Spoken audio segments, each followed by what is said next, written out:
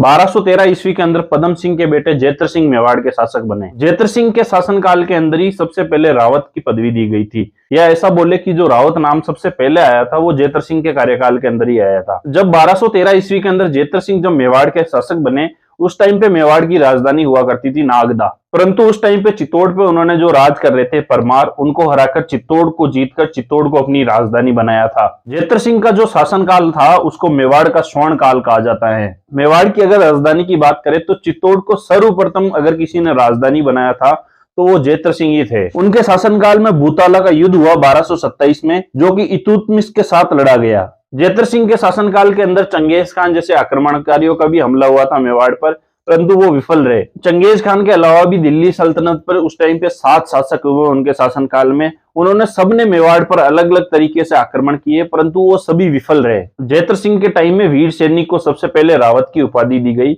उन्होंने ये सर्वप्रथम रावत की उपाधि अपने ही एक ठिकानेदार चेता के ठिकानेदार वीएल सिंह चौहान को दी थी, क्योंकि वीएल सिंह ने इल्तुतमिश को मेवाड़ से भगाने में एक महत्वपूर्ण योगदान दिया था। 1253 में जेत्र सिंह की मृत्यु के बाद उनका बेटा तेज सिंह शासक बना। तेज सिंह के शासनकाल के अंदर मेवाड़ के अंदर चित्रशैली की शुरुआत हुई थी। उनके शासनकाल में 1260 में कमलचंद द्वारा श्रावक प्रतिक्रमण सूत्र चूर्णी नामक मेवाड़ के प्रथम चरित्र ग्रंथ की रचना की गई। तेज सिंह की रानी जेतल देवी ने चित्तौड़ में श्याम पार्श्वनाथ मंदिर का निर्माण करवाया। तेज सिंह के शासनकाल में मेवाड़ के अंदर जो जैन संस्कृति थी उसको बहुत बढ़ावा मिला। तेज सिंह के टाइम पे ही बलबल ने मेवाड़ पर आक्रमण किया था, परंतु वो असफल रहा। तेज सिंह ने परम भटारक, महाराजा धीजराज और परमेश्वर जैसी उपाधियां धारण की। तेज सिंह की मृत्यु के बाद उनका जो पुत्र हुआ रतन सिंह, वो 1273 के अंदर शासक बना। दरअसल तेज सिंह के 2 पुत्र थे, एक का नाम था रतन सिंह और दूसरे का नाम था कुंभकर्ण। रतन सिंह तो मेवाड़ का शासक बन गया, पर कुंभकर्ण ने नेपाल के अंदर शाही वंश की स्थापना की।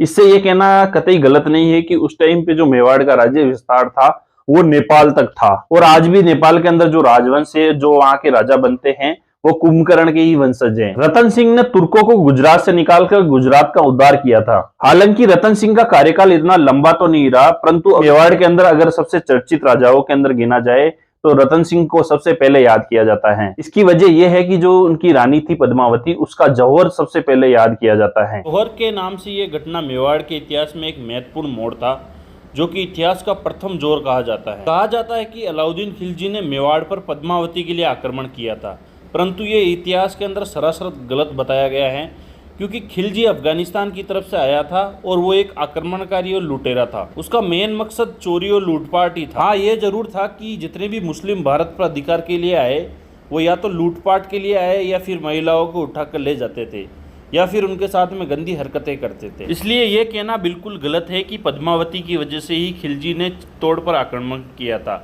उनका मेन मकसद ही था चित्तौड़ को लूटपाट करना।